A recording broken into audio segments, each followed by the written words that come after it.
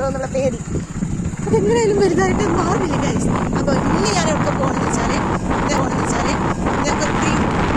ഏറ്റവും രണ്ട് ആൾക്കാരെ കാണാൻ കുറേ ദിവസമായി വിളിച്ചിട്ടും അവരെ കണ്ടിട്ടൊക്കെ അപ്പോൾ ഒന്ന് പോയി നോക്കാമെന്ന് വിചാരിച്ചിട്ടുണ്ട്.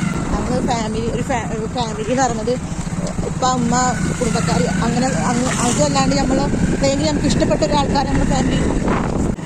അപ്പോൾ ഗൈസ് എത്താനായിക്കോട്ടെ കുറച്ചും കൂടി പോയി. പക്ഷെ ഞാൻ അവരെ വീട്ടിൽ കൊടുക്കുന്നില്ല, അവരെ വീട്ടിൽ കാണിക്കുന്നില്ല. ഉപ്പക്ക് അങ്ങനത്തെ കാര്യങ്ങളൊന്നും ഇഷ്ടമില്ല. അപ്പോൾ രണ്ടാളെ ഞാൻ കാണിക്കുന്നില്ല. അത് ഞാൻ അവിടെ എത്തണമായിട്ട് വീട് കാണിക്കും, അവരെ മാത്രം ഞാൻ കാണിക്കില്ല കേട്ടോ. രണ്ടാളും നല്ല പ്രായ ആൾക്കാരാണ്. ഭയങ്കര സ്നേഹം ഭയങ്കര പറഞ്ഞറിയിക്കാൻ പറ്റില്ല. ഒരു ദിവസം ഞങ്ങൾ വീട്ടിലേക്ക് കയറി വന്നത് ഒരു ആളാണ് കേട്ടോ. അവിടുന്ന് അങ്ങോട്ട് അന്നോട്ട് ഇന്ന് വരെ ഭയങ്കര എന്താ പറയുക, ഞാൻ അങ്ങോട്ട് വിളിക്കാൻ മറന്നാലും ആൾ സമയത്ത് ഇങ്ങോട്ട് വിളിക്കും കേട്ടോ.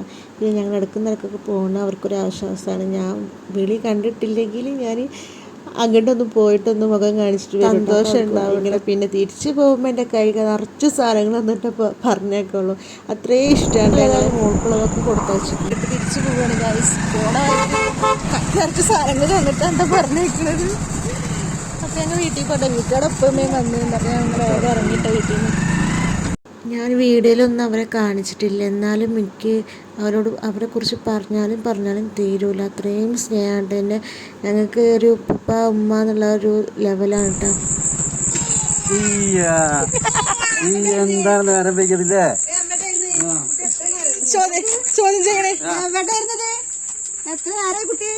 ഞങ്ങൾ വരാൻ നേരം വൈകി ഞങ്ങളെ ചോദ്യം ചെയ്ത് ഞങ്ങളെ പുറത്ത് നിർത്തണം ഗൈസ്. ബൈ ബൈ നാളെ സബ്സ്ക്രൈബ് ചെയ്യുന്നറി എടാ ലൈക്ക് എന്നറി മിനിമോനിച്ച ലൈക്ക് എന്നറി ലൈക്ക് എന്ന് പറഞ്ഞോ.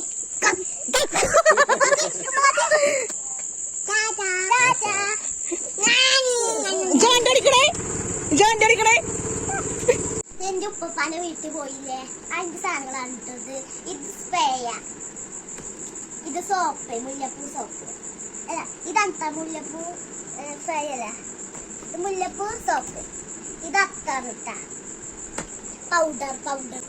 എനിക്ക് 200 രൂപ തന്ന് അങ്ങനെ ഞാൻ ഉപ്പച്ചി കൈ കൊടുത്തു.